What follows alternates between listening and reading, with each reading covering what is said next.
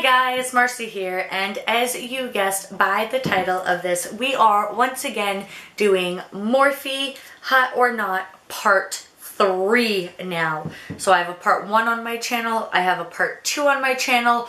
Those are mostly the individual shadows, and now this is Part 3 where I'm divulging more into the brushes and again some more of their newer shadows that were just released. So I want to go over the shadows first just because I do really like their individual shadows, and I think for the price you're paying you're getting a pretty good quality, pigmented, easily blendable. There is talc in these. There are not talc in the Makeup Geek ones, but overall for the fact that you're paying under $2.50 for these, they are very good shadows to have, especially if you are trying to build a kit as a new makeup artist. So let me go over these first. Like I said, I think all but one of these are new shadows that were just released from them. And on top of releasing new shadows, they are also releasing larger pan sizes. So as you can see, this one is larger, and of course I'll take it out, I'll swatch them, and I will show them to you in just a minute. The first one I want to talk about is called Swine. And just so you guys know, because I know it was hard to see in my first one, but this is the packaging. This is what the individual shadows come in. So it's just like a little box envelope, very similar to Makeup Geek or any other place where you would get individual shadows. So then you just pull it out, and you do always want to make sure you pull it out with the shadow on top, and you don't pull it out like this because they do tend to fall out and then you're gonna have a mess all over your floor. Just like this, like I said, and then you open it up like this, and there is your shadow. Sometimes they are secure in here, sometimes they are not. So like I said, this one in particular is in the color Swine. So it is just a very basic, neutrally more cool toned brown or taupey color.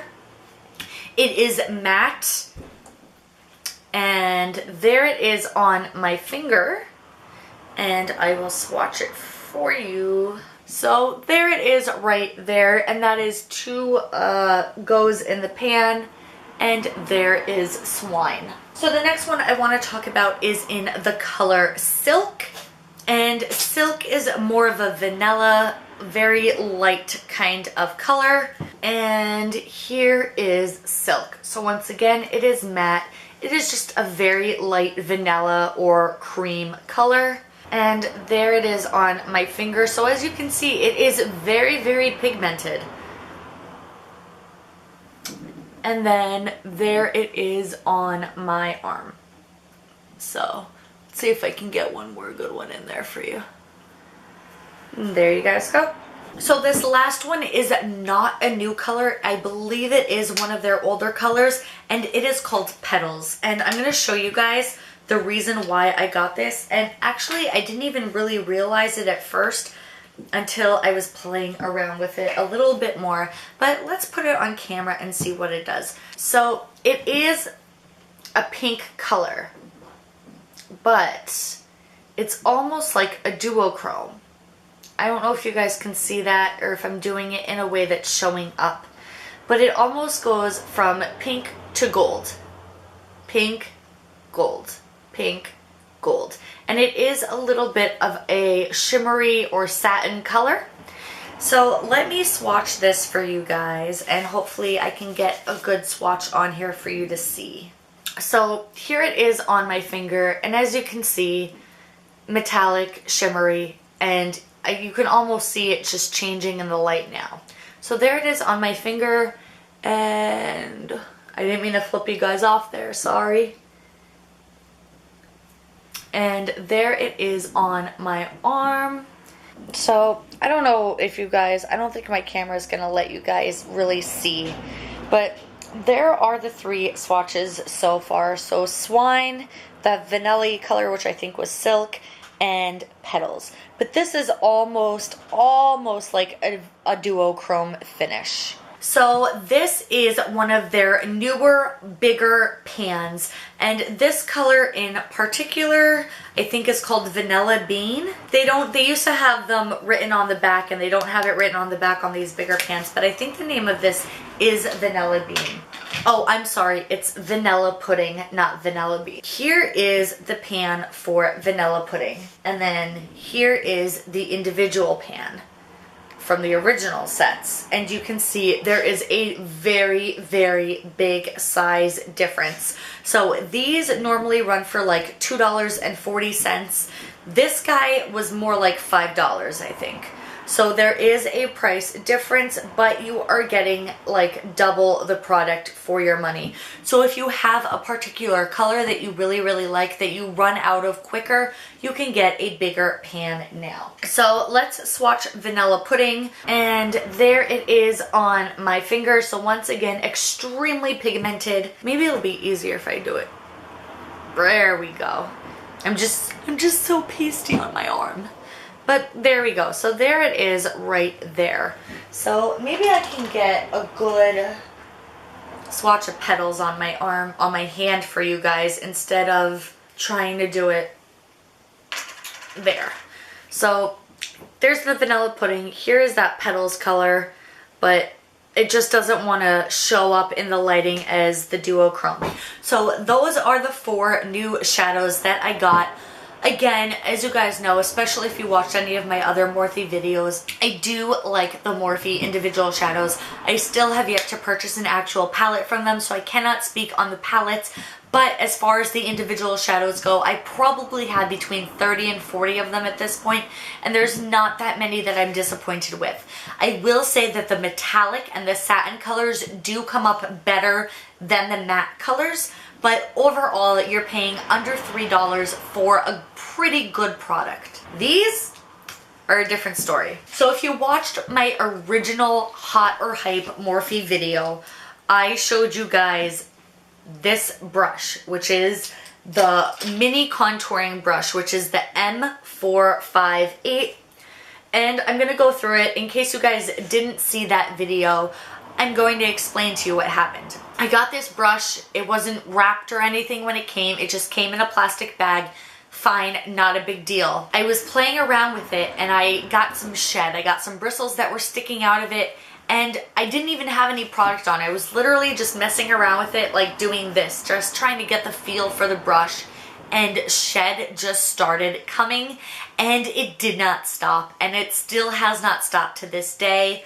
I got this brush, I want to say it last May, so we're getting on close to a year, probably 9 months now, and the brush still sheds.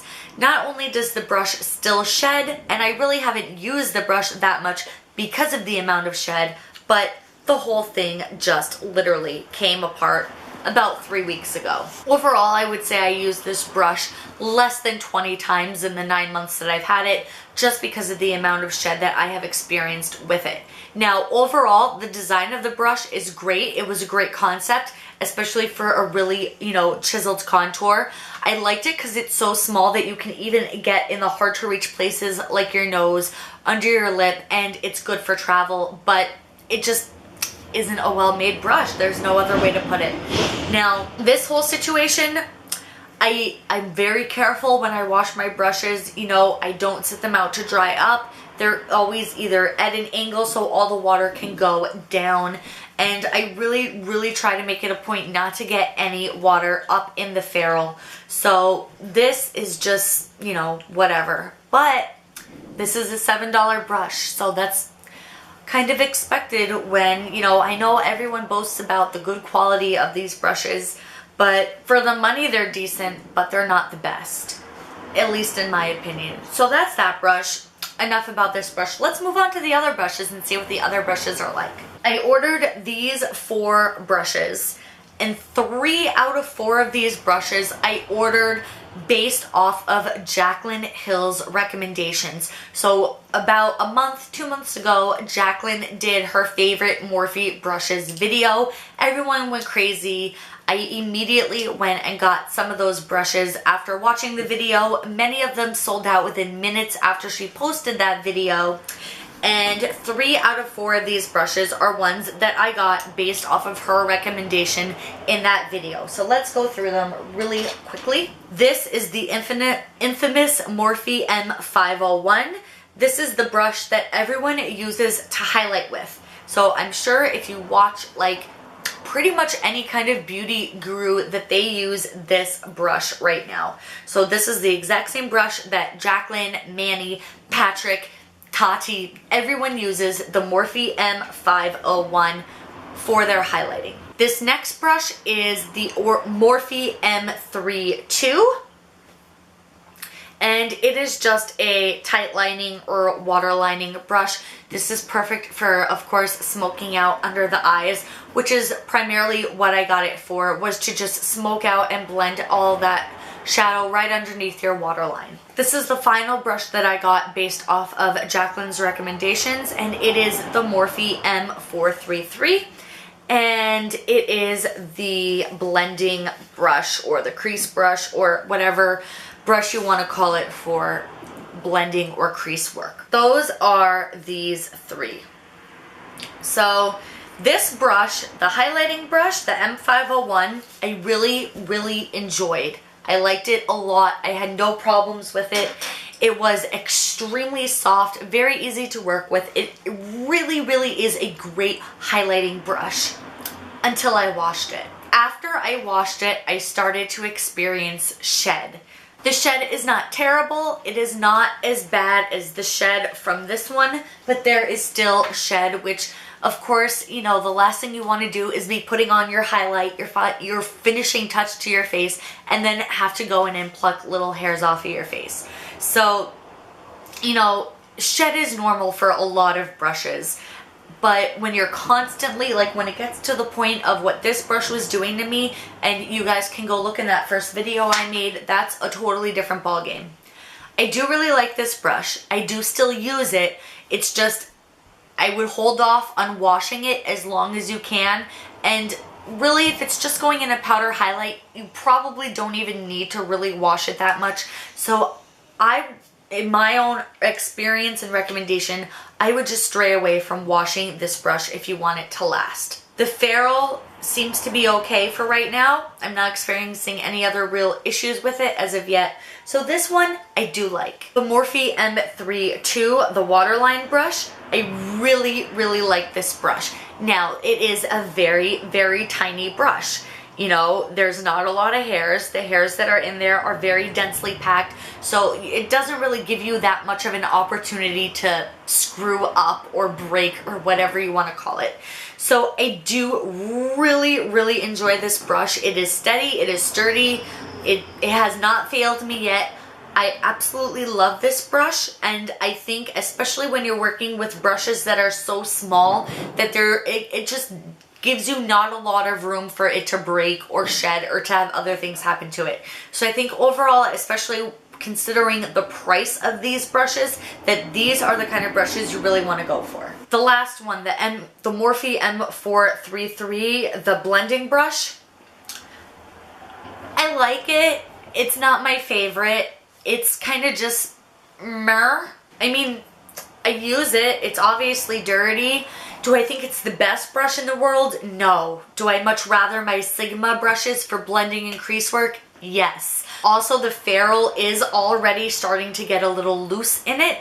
I have not experienced any shed with this brush. However, you know, considering the ferrule has already started to get loose and I only washed it one time so far, I don't think it's going to be around that much longer. But again, that is just something you have to live with for the price you're paying for these. So I like it. It's not my favorite. It's not my most hated. It's just kind of for me. The last brush I got just because I wanted to experiment with it on my own. It was not recommended by Jaclyn or anyone else. And it is from, I believe, their Sable line.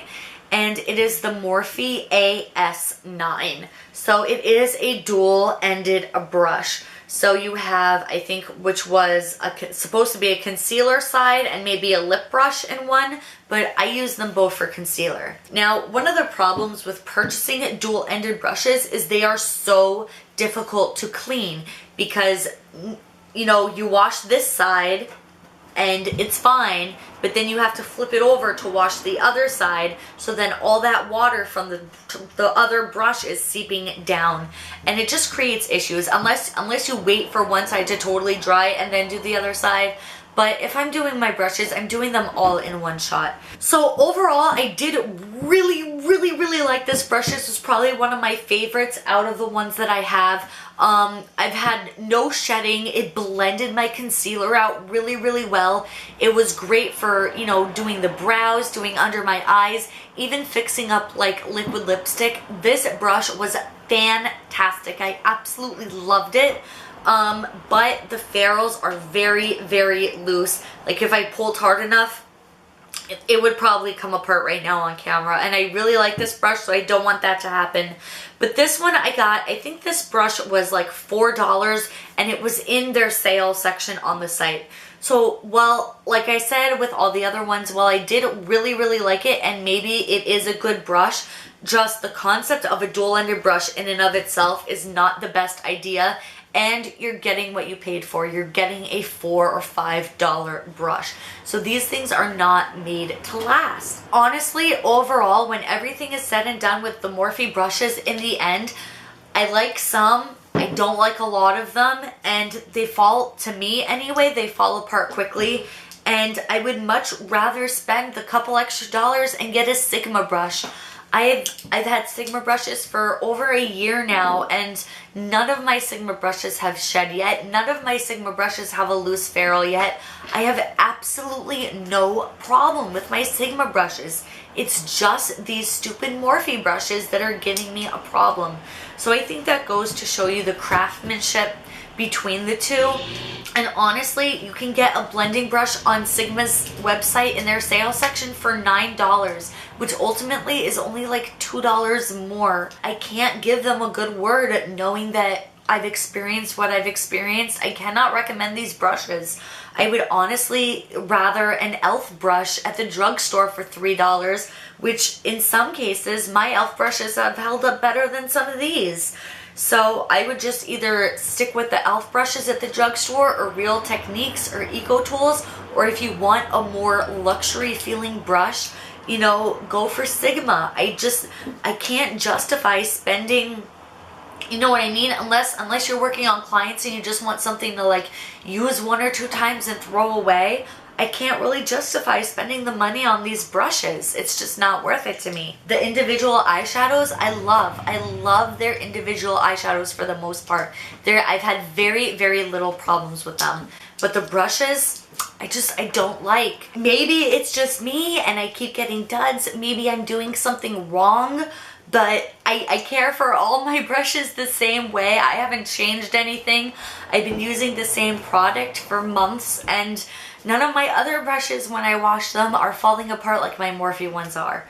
So that is really all I had to say. I just wanted to update you guys on everything that's going on with all of this Morphe stuff. I know Morphe is at like the top of their game right now, and in some aspects they absolutely deserve to be. But sometimes I think people are just really overhyping some of their products, and unfortunately I think their brushes are one of those products. So that is it. Any questions, comments, you guys absolutely know where to leave them. And if you like what I bring to this wonderful thing we call YouTube every week, you can always just like and hit that subscribe button. And of course, if you have any of these products, let me know what's going on with them down below, okay? Because I would really love to know like what other people's Morphe products are, how they're performing for you.